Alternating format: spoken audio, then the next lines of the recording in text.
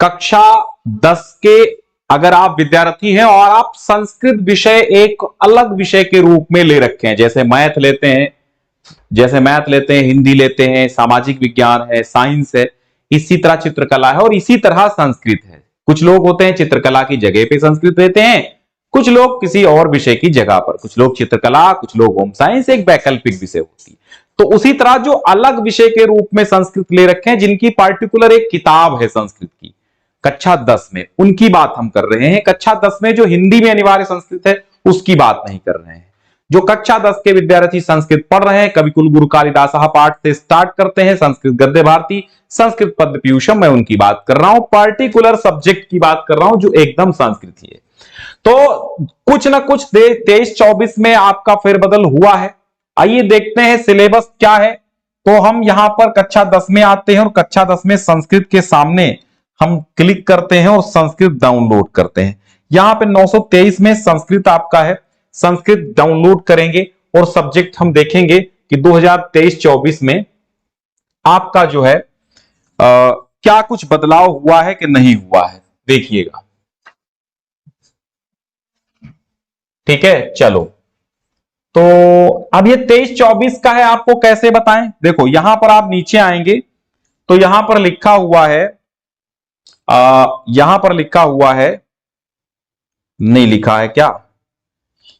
23-24 कहीं ना कहीं लिखा होता है, ये देखिए 23-24 लिखा हुआ है। ठीक है, तो अब यहां समझो, क्या समझना है आपको कि पाठ्यक्रम जो है आपका, ये जो पाठ्यक्रम है इसमें पढ़ना आपको क्या है और क्या छोड़ना है। कहते हैं कि 70 अंक की आपकी लिखित परीक्षा होगी, 30 अंकों का प्रैक्टिकल जो होता है वो आप जानते हैं, जो प्रैक्टिकल होता है 30 अंकों का, तो 30 अंकों का वो प्रैक्टिकल होना है। ठीक है, पूर्णांक 100 का रहेगा, 70 और 30 100 होते हैं, आप ये भी जानते हैं। 20 अंक के आपके जो 70 का अंक, जो 70 का आएगा, 70 का एक पेपर आएगा, 20 अंक का आपका ऑब्जेक्टिव होगा और 50 अंक कॉपी पे लिखने होंगे। ठीक है, 3 या 4 उत्तर प्रश्न पत्र में अंकित होंगे, उनमें से एक शुद्ध उत्तर होगा, उसका उल्लेख पुस्तिका में छात्र को अंकित करना होगा। अरे ये वही है चीजें जो मतलब करने हैं वो करिएगा। फिर कहते हैं गद्य पद्य और आशु पाठ। देखिए गद्य खंड का हिंदी में अनुवाद आपको करना होगा, ये कुल मिला के 11 अंक का होगा। पाठ का सारांश लिखना होगा और बहुविकल्पीय प्रश्न होंगे, ये आपका 4 अंक का होगा, ये 4 अंक का होगा और ये 3 अंक का होगा। क्या? ऑब्जेक्टिव। ये 3 चीजें आएंगी। देखो ये जो गद्य खंड होगा ये आपका 11 अंक का होगा, जिसमें से आपका गद्य खंड हिंदी में अनुवाद एक गद्यांश का 4 अंक का आएगा, पाठ का सारांश भी आपका 4 नंबर का है, बहुविकल्पी प्रश्न है 3 नंबर के, 3 आएंगे बहुविकल्पी प्रश्न। ठीक है, ये बात समझ में आई? चलो ये तो हो गया गद्य का, संस्कृत गद्य भारती पाठ का। संस्कृत पद्य पीयूषम से क्या आएगा? संस्कृत पद्य पीयूषम से आपको एक श्लोक की हिंदी में व्याख्या करनी। अगर आपको पूरी संस्कृत पढ़नी है 2024 के लिए, प्लेलिस्ट हमने ऑलरेडी बना रखी है, आप लोग जाकर के प्लेलिस्ट में देख लें। जो पाठ नहीं है वो मैं पुनः ऐड कर रहा हूं, ठीक है, और नए तरीके से पढ़ा भी दूंगा। सूक्ति की हिंदी की व्याख्या होगी, सूक्ति भाई देखिए ये आएगा आपका 15 अंक में, पद्य पीयूषम से 15 अंक में, 11 अंक का आएगा गद्य भारती से, तो 4 अंक में आपका क्या आएगा? श्लोक की हिंदी व्याख्या। सूक्ति की हिंदी व्याख्या 3 अंक में आएगी। ठीक है, एक श्लोक का संस्कृत अर्थ भी 4 अंक में आएगा, यानी 11 ये हो गए। और बहुविकल्पीय प्रश्न आपके श्लोक वाले यानी कविता वाले पद्यांश वाले पाठों से 4 अंक के बनेंगे। तो कुल मिला के 15 नंबर का गद्य का और पद्य का और 11 नंबर का गद्य का, 26 नंबर हो गए। आशु पाठ जो आपके पुस्तक में दिए होते हैं, चरिचित्रण, पात्र एवं चरिचित्रण, लघुत्तरीय प्रश्न संस्कृत में आते हैं, ये आपके 4 अंक और 2 अंक के होते हैं। ठीक है, बहुविकल्पीय प्रश्न आपका यहां पर 3 अंक का यहां से भी आएगा। ठीक, अब आशु पाठ आपके पुस्तक जब आप लेंगे तो उसमें लिखे होंगे। ठीक है, आशु पाठ जो है पुस्तक होंगी तो उसमें लिखा होगा। व्याकरण के अंतर्गत आपको क्या पढ़ना है?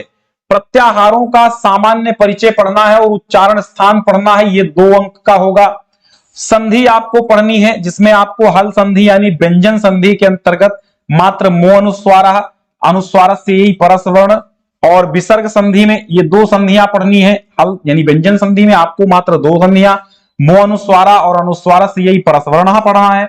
विसर्जनीय से सह ससजुषोरु और अतोरोर पुताद प्लुते हसीचा, ये आपकी चार संधियां आपको विसर्ग संधि में पढ़नी। तो व्यंजन और विसर्ग संधि कुल मिला के 6 संधियां आपको पढ़नी है। आपको शब्द रूप भी पढ़ने होंगे। पुल्लिंग में पितृ के, भगवत के, गो के, करिन के और राजन के पढ़ने हैं। स्त्रीलिंग का आपको नदी, धेनु, वधु और सरित के पढ़ने हैं। नपुंसक लिंग में वारि, मधु, नामन, मनस, किम, यद और अदस के पढ़ने होंगे।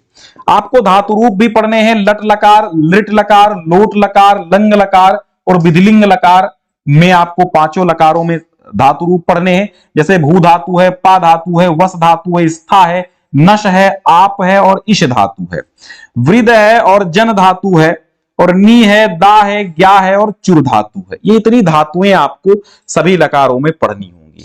समास भी आपको पढ़ने होंगे, ये सब 2-2 अंक के आएंगे। समास भी आपको पढ़ने होंगे। समासों के विग्रह सहित उदाहरण आपको देना होगा। बेई भाव, दिगु और बहुब्रीहि, संस्कृत में 3 समास आपको पढ़ने हैं। कारक विभक्तियां भी पढ़नी है।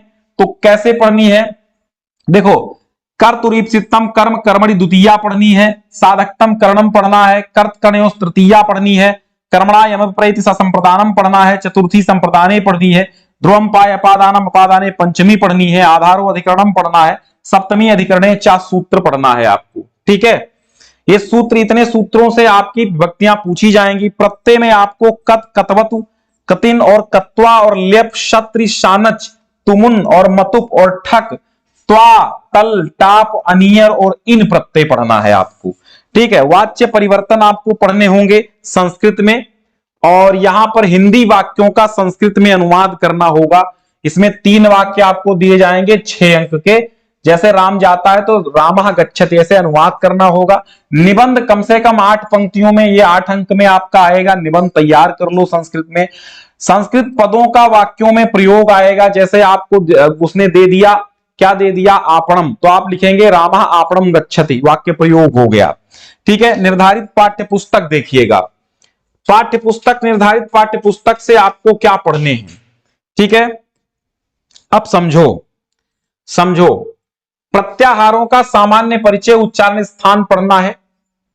और कहते हैं कि पाठ्य पुस्तकों के सम्मुख अंकित पाठ्य पुस्तक माध्यमिक शिक्षक परिषद द्वारा निर्धारित अंश पाठ का अध्ययन करना होगा। प्रत्याहार पढ़ने होंगे, उच्चारण स्थान पढ़ने होंगे।